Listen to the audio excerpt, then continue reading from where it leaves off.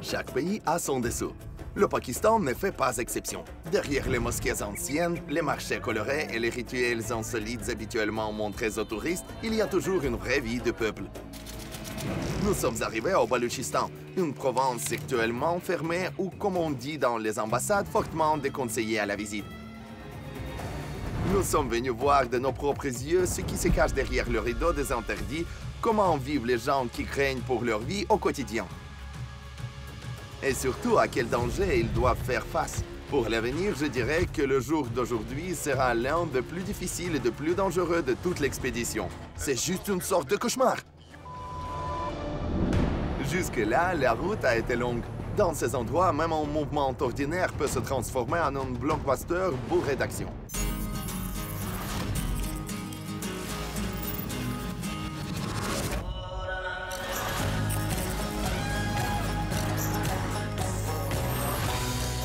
Le monde à l'envers avec Dmitro Komarov. Lorsque vous conduisez sur cette route, vous ne pouvez jamais être sûr que vous reviendrez, parce que c'est le Baluchistan. La population indigène de ces lieux est le peuple balouche, et une partie des Balouches veulent devenir un pays indépendant du Baluchistan. C'est pourquoi la soi-disant armée de libération du Baluchistan travaille ici. C'est une organisation qui est reconnue comme une organisation terroriste au Pakistan, ainsi qu'en Grande-Bretagne et aux États-Unis. Pour cette raison, nous sommes maintenant escortés par un véritable convoi militaire. Selon les règles de circulation des journalistes dans cette région, nous ne pouvons voyager que pendant la journée sans nous arrêter et nous devons explorer notre destination uniquement entourés de personnes armées. L'endroit où nous allons est si dangereux que l'ambassade et le ministère des Affaires étrangères déconseillent fortement aux citoyens de leur pays de s'y rendre. Mais comme vous le savez, le monde à l'envers est toujours à la recherche d'un véritable dessous. Alors aujourd'hui, vous verrez quelque chose que les journalistes n'ont probablement pas encore filmé avec les caméras. Mais il faut d'abord y arriver.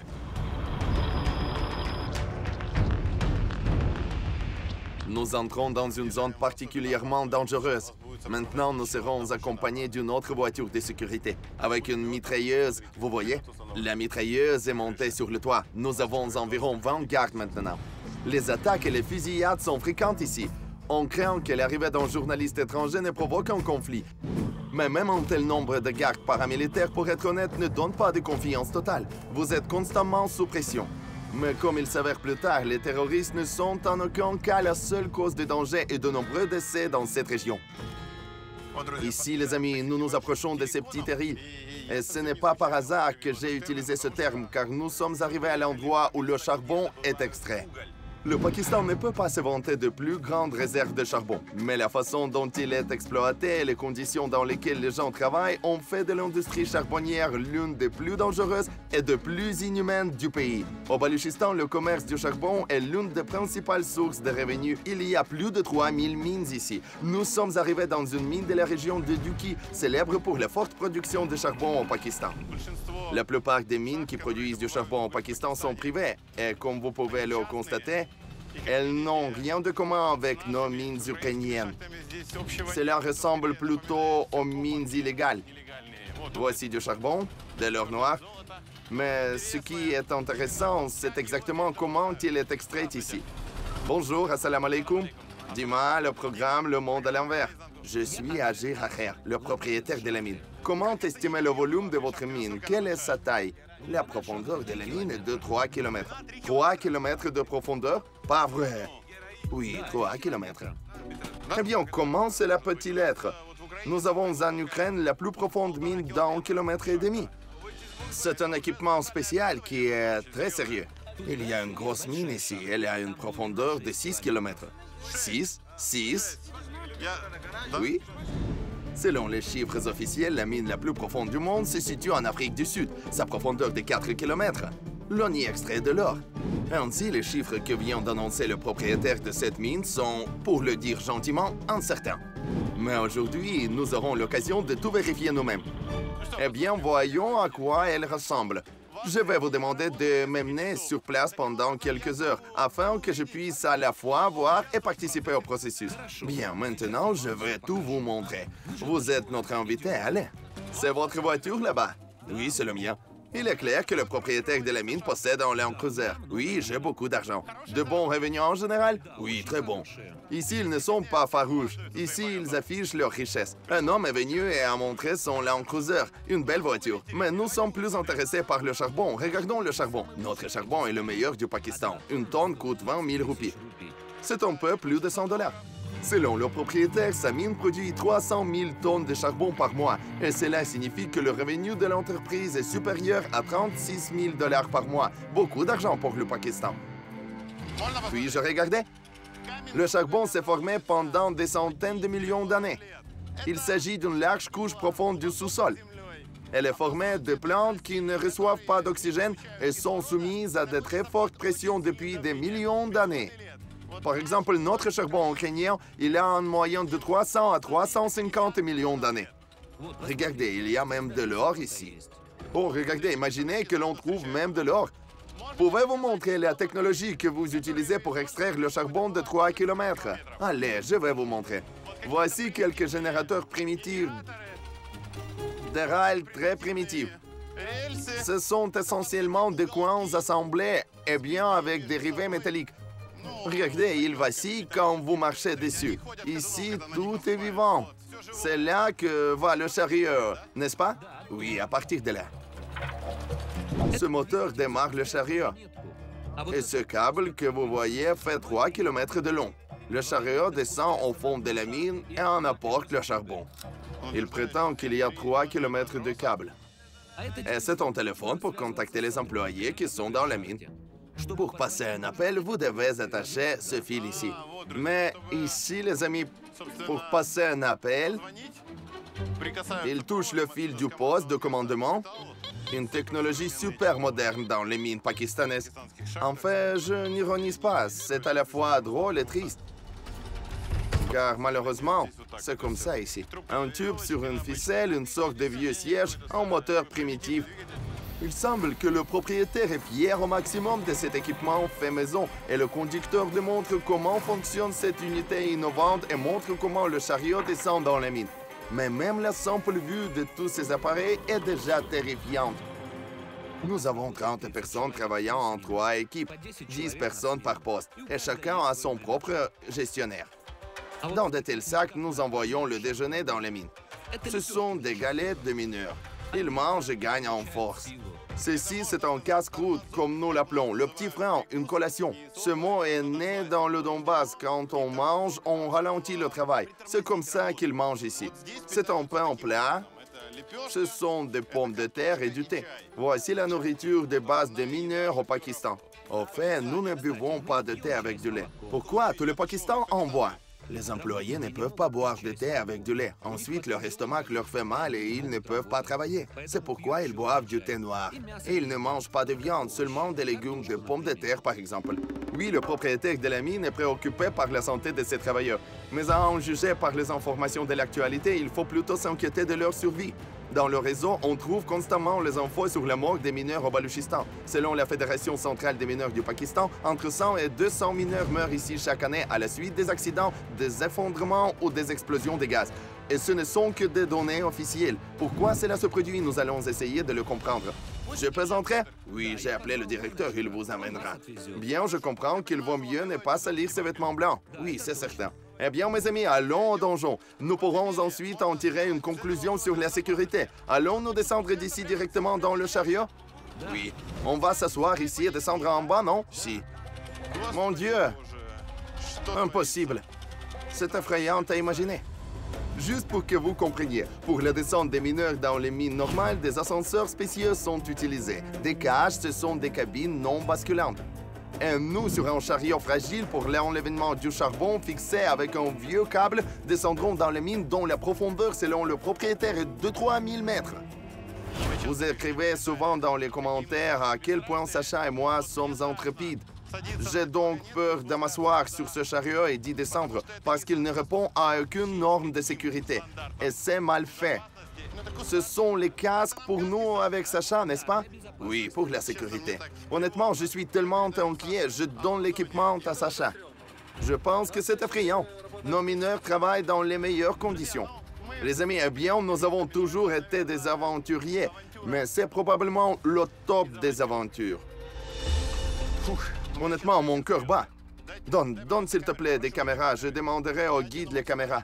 Je vais mettre autant que possible des caméras pour que vous puissiez voir tout ce qui se passe. Que le Dieu nous aide. Maintenant, j'ai réalisé que notre route gardée n'est pas la chose la plus dangereuse du Baluchistan. Ce que nous allons faire sera beaucoup plus dangereux. Mettons ça sur notre guide Hans. Il pourra filmer. Mes amis, encore une fois, je veux attirer votre attention. Le chariot, les rails sont très mal faits. Il bouge. Au lieu d'une lampe de poche normale qui est la base du maintien de la vie, voici une telle lampe de poche. Elle est déjà inconfortable. Où sont les autosauveteurs au fait? L'autosauveteur est un appareil de protection respiratoire pour les accidents souterrains. C'est l'appareil indispensable à la sécurité de tout mineur. Après tout, en cas de manque d'oxygène ou d'émissions dangereuses soudaines, cela peut sauver une vie. Chef, avez-vous un autosauveteur? Non, il n'y en a pas. Mais il y a une ventilation dans la mine. Comment fournissez-vous l'air au souterrain? Nous y avons une très bonne ventilation. À une profondeur, comme vous l'avez dit, de 3 km, oui? Oui. Mais ce moteur qui tourne, c'est il qui donne de l'air? Oui, il arrive d'air. Les amis, un compresseur conventionnel fournit de l'air. Si le Dieu ne nous aide pas, il va s'arrêter. En regardant son état, j'ai de doutes. Alors, mes amis, jetons encore une fois un coup d'œil sur cette terre, parce que quand vous allez sous terre dans un tel endroit, il le faut. Donc, je vois qu'il y a des gardes sur toutes les collines. Ils nous protègent des attaques possibles. Nous nous asseyons sur ce morceau de fer et descendons quelque part. À quelle profondeur, je ne sais pas. Mais on y va. Je suis prêt. Soyez juste très prudent. Tu dois te tenir comme ça et ne pas lever la tête. Bien, combien de temps pour descendre? Une demi-heure. Les amis, c'est peut-être le moment le plus dangereux au Pakistan de tout ce que nous avons traversé. Seules 3 personnes peuvent monter sur le chariot. Et à 4, on ne peut pas faire partir notre guide? Il dit que l'on peut y aller à 4. À 4 déjà. Quelque chose de surréaliste. Le directeur s'assoit. Comment vous appelez-vous? Raz Mohamed. Raz Mohamed, asseyez-vous. Sanya, allons-y. Que Dieu nous aide. Les amis, nous descendons dans la mine pakistanaise. Voici un vieux compresseur. Seigneur compresseur, je t'en prie, ne me laisse pas tomber. Sans assurance en plus. Sanya, tiens bon. On pousse fort. Tu tiens bon? Oui, oui. Tiens bien. Eh bien, mes amis, ce n'est pas en vain qu'ils ont dit de nous baisser. Sanya, attention à la lumière. Regardez, on descend dans la mine. Écoutez, c'est vraiment profond. Il n'a pas menti. Peut-être qu'il y a... Pourquoi ai-je accepté cela? Je pensais que c'était une descente douce ici, mais ici, c'est une descente très raide et une sorte de cauchemar. Et regardez les normes de sécurité. Je suis vraiment assis sur ce morceau de fer maintenant. Et bien sûr, les gars, tenez-vous bien. Regardez, l'essentiel n'est pas de se détacher. Parce que naturellement, maintenant, la pente est telle qu'elle me tire vers le bas. Si ma jambe se casse ou se glisse, Dieu m'en garde. Seigneur, je touche du bois 3 fois. Regardez à la place des supports normaux. Voici des supports en bois. Quel cauchemar! Je comprends maintenant pourquoi des gens meurent ici et pourquoi on rapporte régulièrement que quelque chose est arrivé aux mineurs. Regardez, le bois a été coupé ici. Sculpté par ces chariots qui s'accrochent. Ils peuvent tous s'effondrer. Dans les mines modernes, une grande attention est accordée aux toits afin que le plafond ne s'effondre pas. Et ici, il ne semble pas du tout se soucier des travailleurs. Cette mine pourrait s'effondrer à tout moment. Seigneur, aie pitié, si seulement nous pouvions sortir d'ici plus vite et monter plus vite. Quelque chose est tombé. Mon casque. Le casque de notre guide est tombé. Ici, le casque est tombé et ça y est, il s'est envolé. Regardez la descente, pente très raide. Nous ne sommes pas fixés. Dans le chariot, il n'y a même rien à quoi s'accrocher. Nous tenons simplement avec nos pieds et nos mains. Et il n'y a pas d'assurance.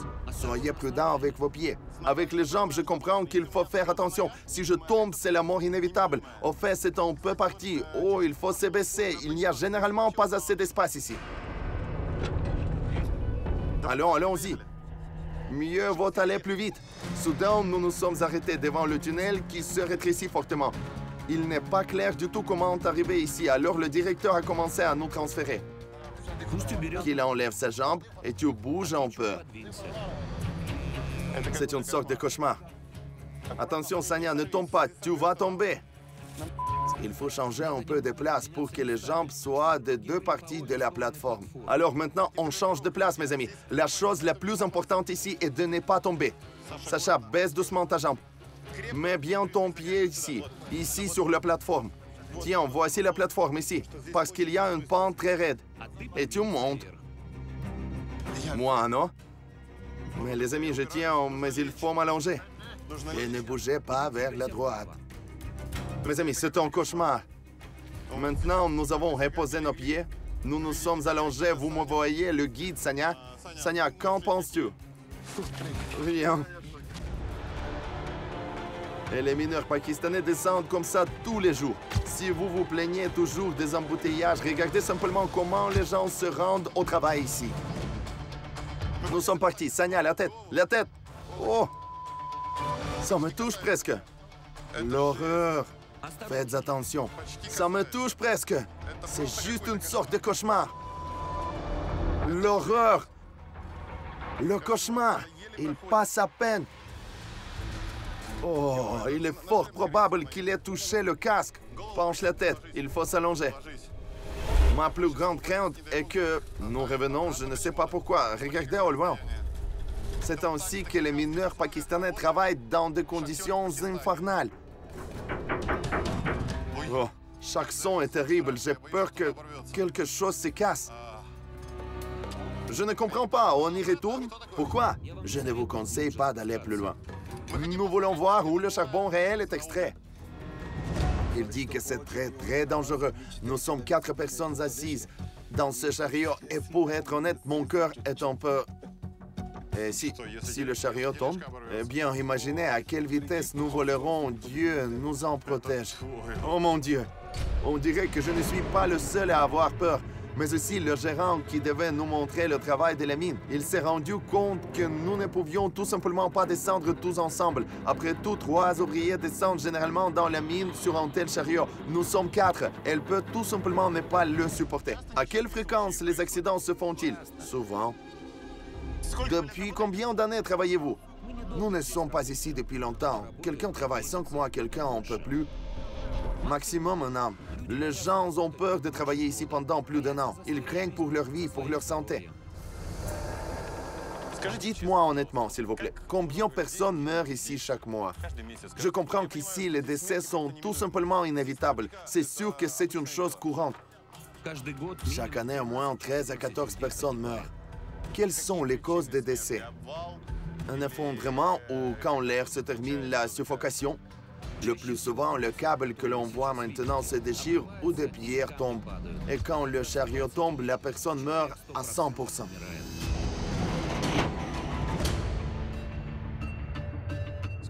Combien obtenez-vous? 40, 50 000. Jamais 50 100. Un peu plus de 300 $, on peut gagner. Et vous comprenez que chaque jour, vous pouvez ne pas revenir? Oui, chaque fois que je descends, je me souviens de mes enfants, de ma famille, et je l'espère, si Dieu le veut, que je reviendrai. J'ai très peur, ça fait toujours peur quand je descends, et il se peut qu'il n'y ait pas d'oxygène et que le cœur s'arrête. Les mines doivent être ventilées en permanence. Sous la terre, il est plus facile de s'étouffer ou de mourir à cause d'une fuite de gaz qui n'a pas d'odeur. Pour cette raison, dans le passé, les mineurs utilisaient le canari comme indicateur de la qualité de l'air. Si l'oiseau est mort ou est devenu léthargique, cela a servi de signal de danger, ce qui signifie qu'il y a du gaz dans la mine. Dans le monde moderne, il existe des dispositifs spéciaux. Cette mine manque même des caractéristiques de sécurité les plus élémentaires, l'impression d'être dans le passé. Les gens suffoquent-ils souvent à cause du gaz ou parce que l'apport d'oxygène s'arrête tout simplement? Oui, les gens meurent par manque d'oxygène. Mais en gros, si une pierre tombe sur la tête d'un homme, la personne perd connaissance et c'est tout. Il tombe et c'est la mort. Combien d'enfants avez-vous? 4 enfants. Quel est l'âge des enfants? 12 ans, 8, 4 et 1 an. Combien de temps encore êtes-vous prêt à risquer votre vie ici pour faire vivre vos enfants? C'est la vie. Je dois travailler encore quelques mois. Et dès que je trouve un autre travail, je vais immédiatement démissionner d'ici. Parce que quand je vais travailler, ma femme pleure, prie pour que je survive. Je ne vous conseille pas d'y aller, c'est très dangereux.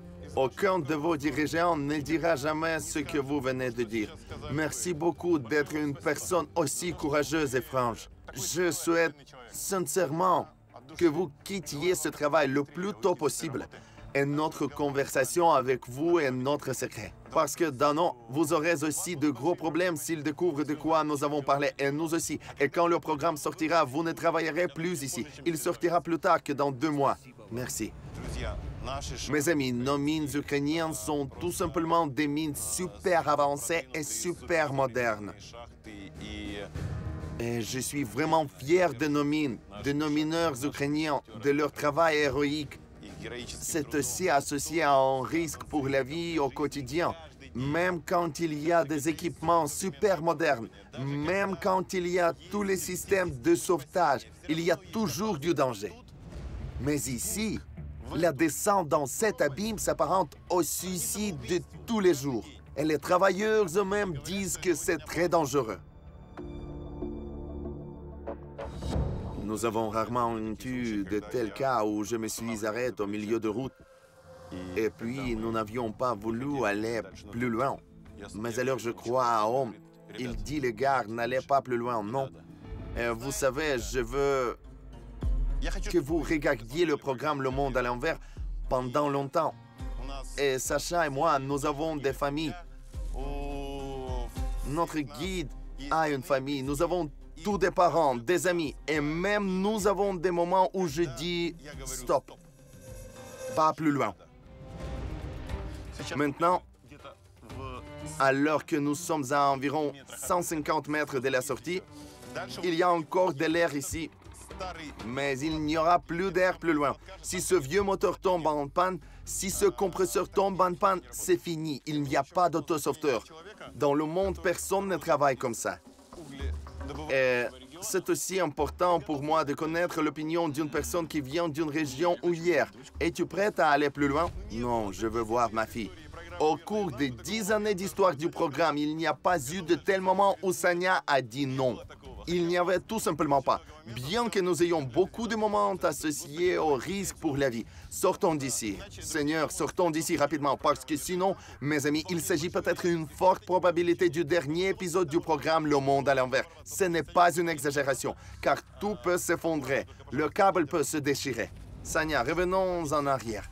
Doucement, s'il te plaît, je t'en prie. Je veux emporter un souvenir. Ce sera un morceau de charbon qui me rappellera ce tournage unique quand on a dit non. Je vais l'amener avec moi. L'essentiel est de ne pas tomber. Baisse-toi, Sanya. Allonge-toi. Allons-y.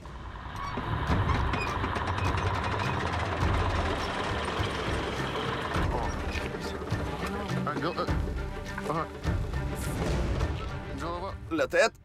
Baisse la tête, la tête. Doucement, la tête, doucement. Attention, très proche. En général, il doit y avoir des entretoises. Bien sûr, il doit y avoir au moins une sorte de système de sécurité. C'est un montage à partir de quelques planches pourries. Et au-dessus de nous, faites attention, les amis. C'est une roche. Regardez des sacs, de l'argile. Oh, c'est définitivement un cauchemar. J'étais très effrayé. Je n'ai pas ressenti de peur depuis longtemps. Mon travail l'a atténué. Mais c'est un suicide. S'allonger. C'est l'horreur. L'horreur. Seigneur, je vois le soleil, je vois le ciel, je vois la terre. Je vois nos mitrailleurs qui nous gardent pour qu'ils ne nous tuent pas.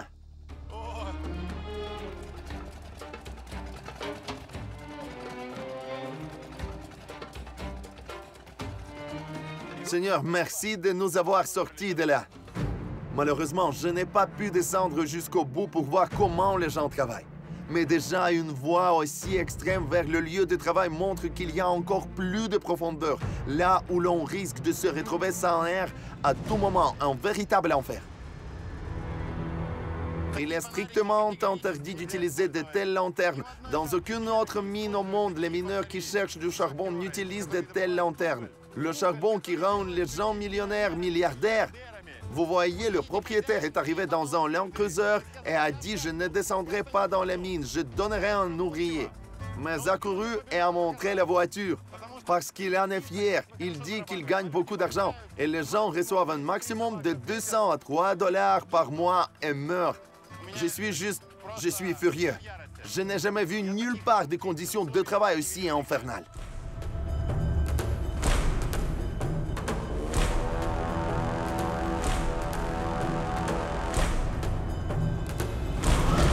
L'extraction du charbon a toujours été associée au danger. Mais à notre époque, de nombreuses façons ont déjà été inventées pour réduire la probabilité de risque. Mais ici, le temps semble s'être arrêté. Les gens ne peuvent même pas répondre aux questions de base. Personne ici ne sait rien.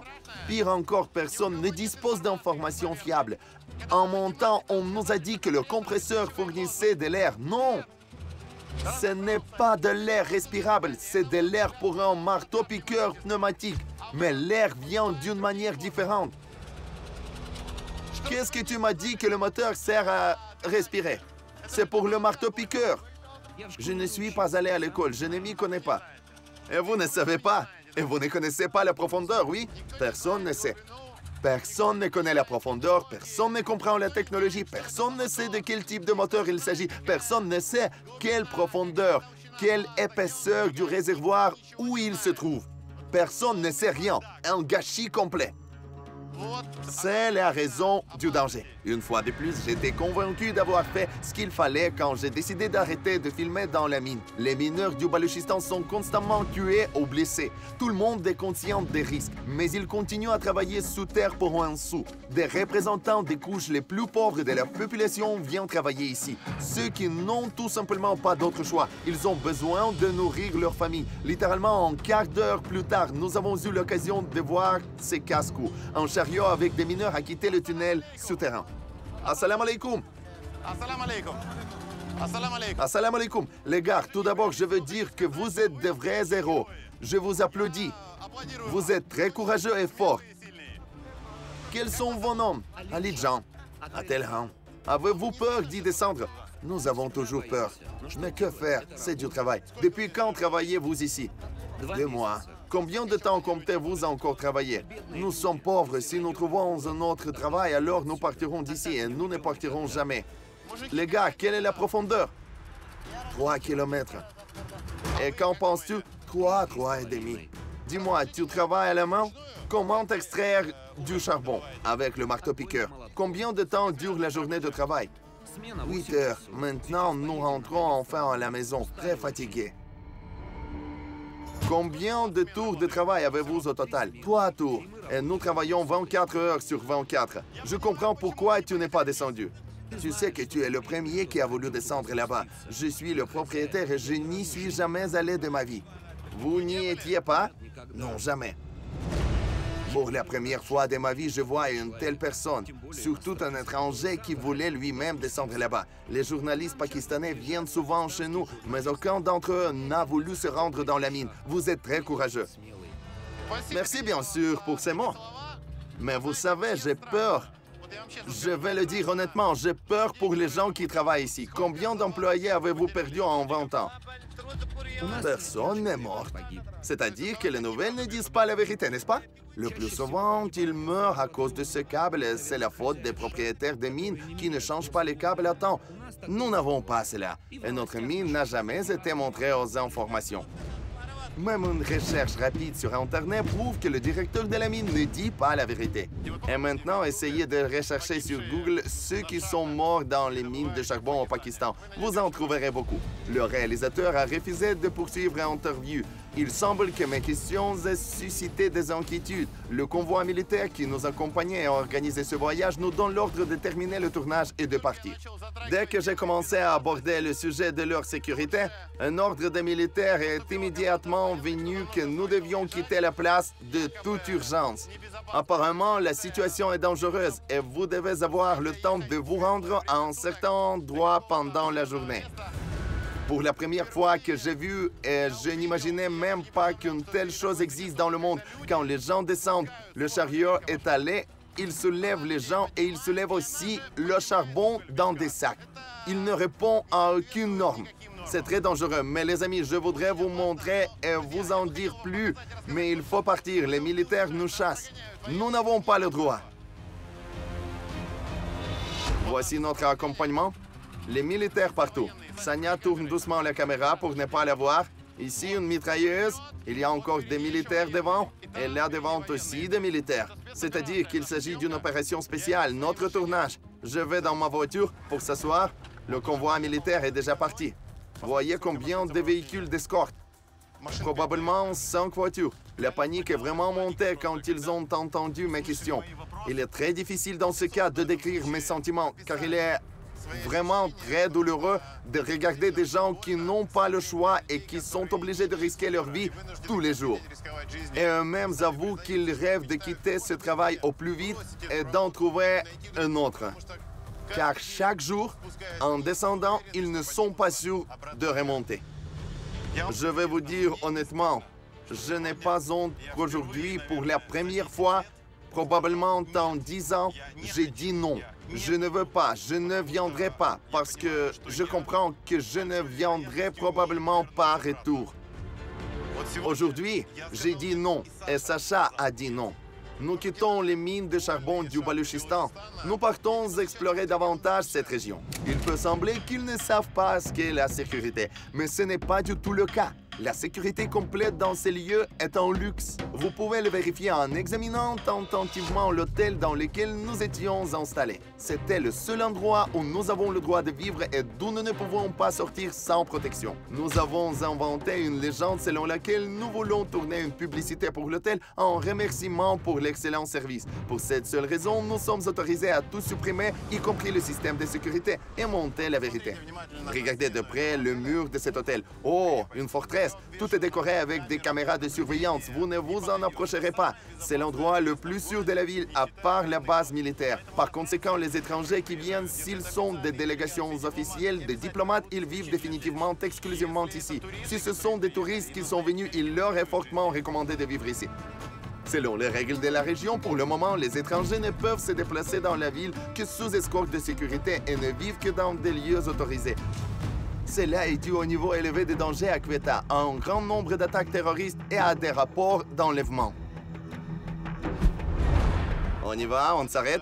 Ici, voyez-vous, ils examinent la voiture au miroir à la recherche d'explosifs, de sorte qu'il n'y ait rien sous le fond, très soigneusement. Et seulement après que cette personne ait donné son feu vert, la voiture peut entrer.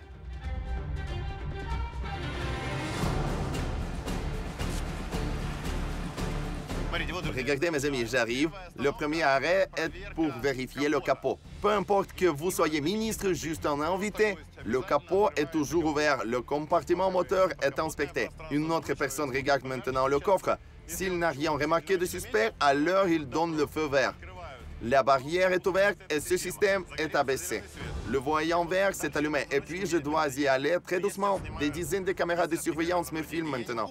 Je ne peux pas aller en ligne droite. Je dois tourner et contourner tous ces parterres de fleurs. Tout cela pour que si Dieu nous en garde, un terroriste essaie de faire quelque chose, il ne puisse pas accélérer. Un tel cas s'est produit dans le célèbre hôtel Marriott d'Islamabad. En 2008, un terroriste dans un camion chargé d'explosifs a tenté d'enfoncer les portes de l'hôtel 5 étoiles Marriott à Islamabad. C'était un kamikaze. Heureusement, il n'a pas pu franchir les barrières. L'explosion s'est produite à l'entrée de l'hôtel, créant un cratère de 6 mètres de profondeur et provoquant un immense incendie. Mais même une explosion près de la clôture de l'hôtel a entraîné la mort de 54 personnes. Si un terroriste avait pénétré dans la zone et percuté l'hôtel, beaucoup plus de personnes seraient mortes. Par conséquent, un tel système de sécurité dans les hôtels de certaines régions du Pakistan est la norme. En fait, ce sont de telles forteresses à l'intérieur de la ville. Une ville dans la ville, où c'est absolument sûr, où l'ambiance est complètement différente. C'est très différent.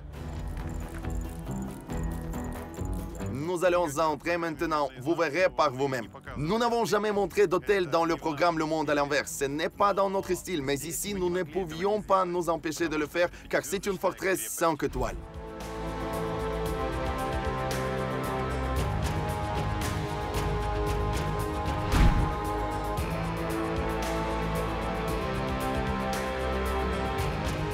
On a l'impression d'être quelque part en vacances.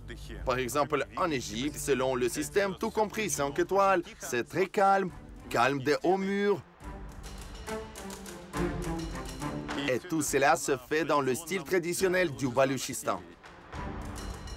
Mais cet hôtel a une particularité. Dans les coulisses, on peut l'appeler hôtel-prison ou hôtel-forteresse. Un étranger qui vient à Kveta est obligé de vivre dans un certain hôtel et il finira très probablement ici, parce que cet endroit est gardé plus fortement que de nombreuses ambassades. Si vous regardez maintenant attentivement la petite fenêtre au 3e étage, alors il y a une fenêtre ouverte et la mitraillette est dirigée vers la sortie. C'est l'un des points de contrôle de sécurité qui donne sur la porte centrale au cas où quelque chose se produirait afin que vous puissiez ouvrir le feu. Plusieurs de ces barrières, elles sont très durables. La seule sortie est par ici. Mais vous ne pouvez pas aller au-delà du territoire à pied. Pour que je puisse sortir, je dois être dans la voiture et je dois être dans la voiture autorisée. Étant donné que je suis un étranger, je ne peux pas sortir sans guide local. Au cas où je serais un touriste, au cas où je serais un journaliste, comme dans mon cas, je ne peux pas sortir tant que la sécurité n'est pas arrivée et que toutes ces personnes qui sont responsables de notre visite officielle. C'est pourquoi j'ai appelé cet hôtel une forteresse, aussi un hôtel de prison. Oui, ces hôtels sont luxueux. Oui, ils ont une cuisine très savoureuse. Ils ont des conditions très confortables. Mais vous pouvez être fermé pendant un jour, 2 ou même une semaine, s'il y a le moindre danger. Le seul moyen de sortir de cet hôtel est par la porte, mais ils sont tout bloqués par des outils automatiques et une série de barrières. C'est un blocage pour une voiture afin qu'elle ne puisse pas voler ici, entrer, franchir la porte. Quand quelqu'un part, il s'abaisse automatiquement puis s'élève. La voiture part, les portes s'ouvrent.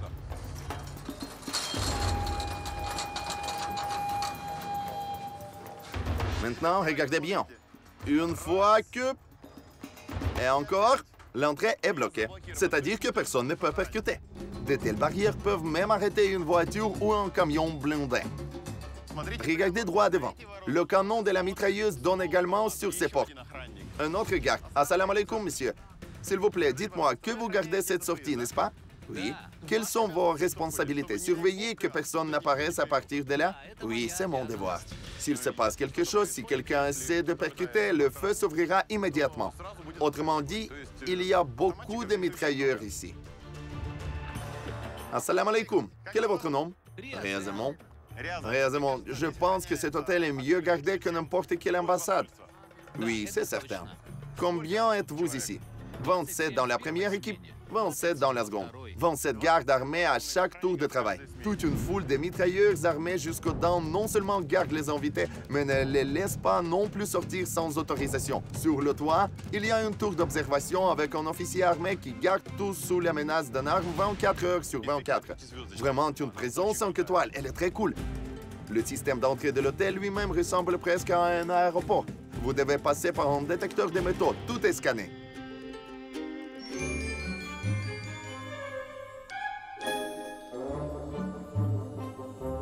Ainsi, tous les invités entrent réellement à l'intérieur.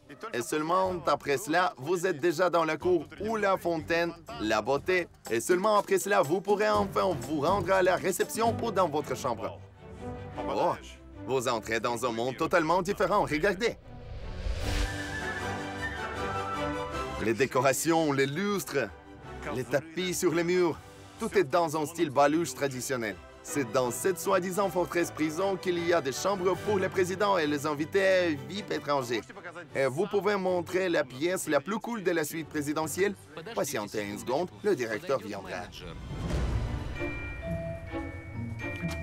Voilà. Oh! C'est impressionnant.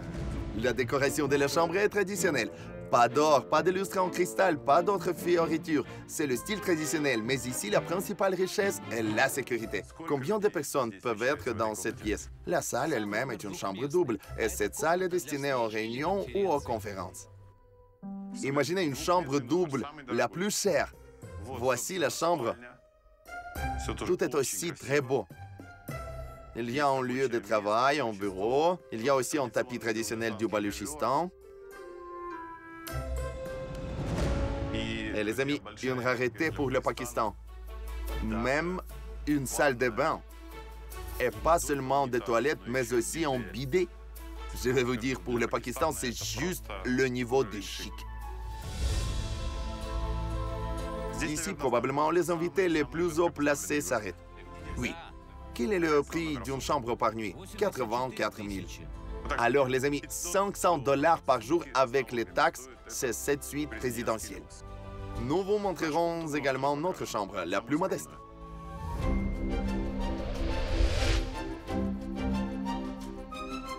Voici la pièce la plus simple. Comme vous pouvez le voir, elle est aussi très cool. Notre studio mobile avec Sacha Dmitriev, ici nous faisons des programmes. Alors quand on était enfermé dans cet hôtel et qu'on ne pouvait plus le quitter, bon, au moins c'était plus d'une journée, on avait de quoi s'occuper. Nous avons travaillé ici. Pour la chambre la plus simple, nous avons dû payer 250 $ la nuit. Le plaisir n'est pas bon marché, c'est le moins qu'on puisse dire. Mais il n'y a pratiquement pas d'issue. Très probablement, si vous voulez vivre à Kveta, vous devez vivre ici. Dans notre cas, nous, en tant que journalistes qui tournons l'émission, n'avions tout simplement pas le choix. Nous pouvions soit vivre ici, soit ne pas venir ici du tout, parce qu'il n'y a pas d'autre endroit pour nous ici. Mais même de telles mesures de sécurité dans l'hôtel le plus sûr de la ville ne l'ont pas sauvé d'une attaque terroriste. Littéralement, un mois après notre départ, il y a eu une explosion. Dans le parking que nous avons filmé, malgré toutes les mesures de sécurité, une voiture remplie d'explosifs avec un kamikaze qui a activé un engin explosif est pourtant entrée. 5 personnes sont mortes et plus de 10 ont été blessées. Oui, cette région est très turbulente, mais si vous tentez votre chance et venez ici, le Balouchistan a de quoi surprendre les touristes. Malgré le convoi militaire et la zone désertique, la ville de Kveta m'a simplement frappé avec des paysages incroyables, des bazars colorés, un lac de montagne, des hanas, des restaurants confortables et bien sûr des gens. Ils sont, malgré les reportages effrayants de l'actualité, la vie modeste et la pauvreté, très ouverts et sympathiques. Très beau, il y a toujours des montagnes à l'horizon. Ici, le centre de la ville, les poulets sont vendus, les chèvres sont vendus, près d'un tel système défensif qui est installé sur la route en cas de danger. Et voici les chèvres. Assalamu alaikum. C'est combien? 11 000. Moins de 100 $. Que conseilleriez-vous à un simple touriste venu visiter votre ville? Où aller? Le marché est notre fierté. Fais une promenade ici. Écoutons-le.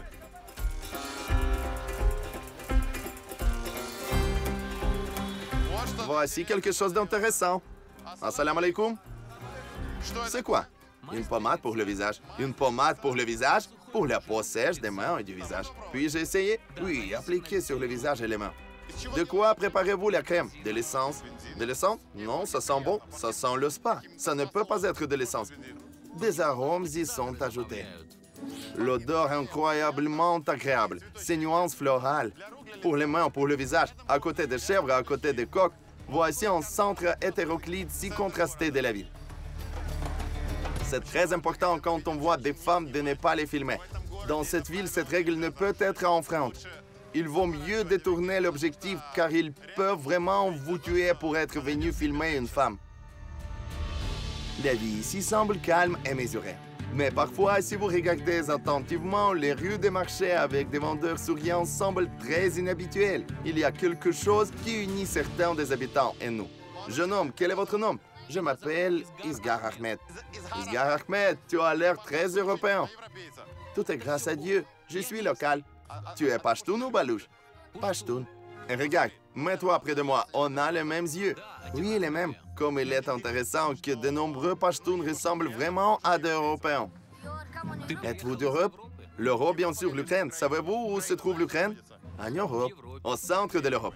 Il est impossible de dire exactement pourquoi parmi les habitants il y a des gens avec une apparence européenne. Pendant des milliers d'années, des migrations et d'invasions diverses, des représentants de différents peuples ont visité ces terres. Aujourd'hui encore, certains Pashtuns se considèrent comme les Kalash, qui nous sont familiers comme des descendants des troupes d'Alexandre le Grand. Mais il n'y a pas de réponse définitive. Lorsque je rencontre de tels gens, le sentiment que j'ai rencontré mon compatriote ne part pas. Jeune homme, je vois que vous ressemblez aussi à un Européen. Je suis Pashtun. Nous nous ressemblons. Comme la même personne, on peut prendre une photo et on se ressemblera. Dis-moi qu'on n'est pas pareil.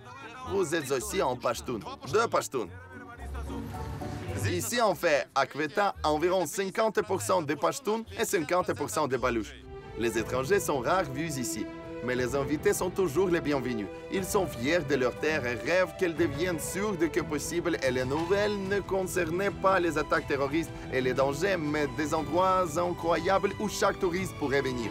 J'espère que c'est exactement ce qui va se passer, parce que la Terre est vraiment fantastique et la plupart des gens sont incroyablement amicaux. Nous sommes différents, mais très similaires.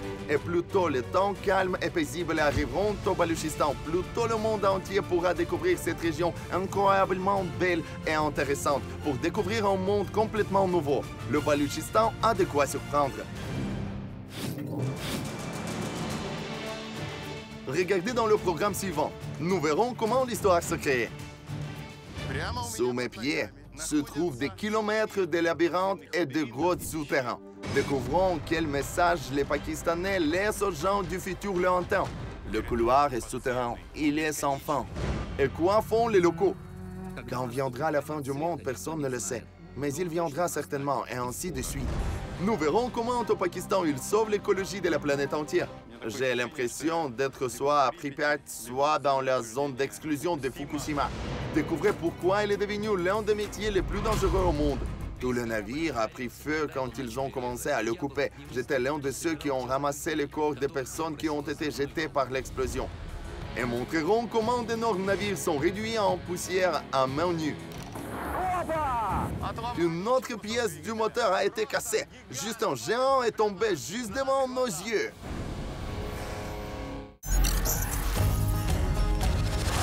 Le monde à l'envers avec Metro Komarov.